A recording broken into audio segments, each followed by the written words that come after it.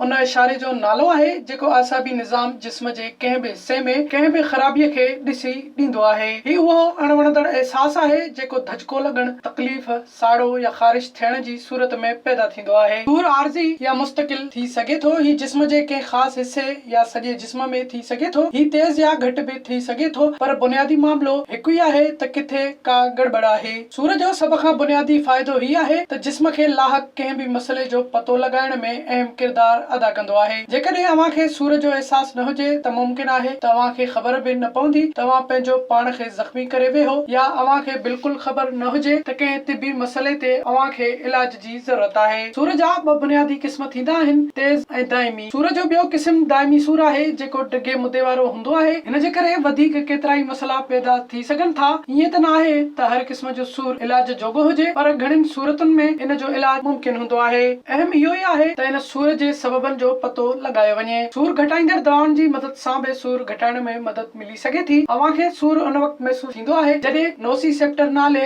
एसाब कंहिं जाइ ते नुक्स ॻोल्हींदो आहे। हिन नुक़सान बाबति ॼाण हू करंगे जे हॾे ज़रिए दिमाग़ खे ॾींदो आहे। मिसाल तौर जेकॾहिं अव्हां कंहिं गरम सतह ते हथ सां छुयो त एसाब करंगे जे हॾे ज़रिए दिमाग़ खे इतला ॾींदो। उन जे जवाब में दिमाग़ मां फौरी तौर ते हुकुम जारी थींदो त जिस्म सोढ़ो थींदो या हथ इन गरम जाइ तां हटी वेंदो। अहिड़ीअ रीति जिस्म खे घटि खां घटि नुक़सान थींदो आहे। इहो रद्द-ए-अमल एतिरो तेज़ रफ़्तार हूंदो आहे जो सूर जो अहसास दिमाग़ ताईं पहुचण खां अॻु ई दिमाग़ हथ खे गरम सतह तां हटाए चुको हूंदो आहे। जॾहिं त इहो सूर जो पैगाम या अणवणंदड़ एहसास बाद में महसूस थींदो रहंदो आहे। नर्वस सिस्टम मां अहिड़ा पैगाम ॾसण, करंगे जे हॾे खे इहे पैगाम पहुचाइण ऐं दिमाग़ ताईं पैगामनि जो पहुचण मुख़्तलिफ़ माण्हुनि में सूर जे मुख़्तलिफ़ एहसासनि ते ॿधल आहे। तेज़ सूर आम तौर ते फौरी तौर ते पैदा थींदो आहे ऐं इन जो सबब का बीमारी, को ज़ख़्म या का सोज थी सघे थी। अहिड़ो सूर आम तौर ते सुञाणप जोॻो हूंदो आहे ऐं उन जो इलाज कयो वेंदो आहे। इहो बि वाज़े रहे त तेज़ सूर आम हालतुनि में डिघो मुदो नाहे हलंदो, पर इहो मुमकिन आहे त इहो दाइमी सूर में तब्दील थी वञे। सूर हक़ीक़त में किथे वजूद नथो रखे, पर नर्वस सिस्टम ज़रिए दिमाग़ ताईं पहुचंदड़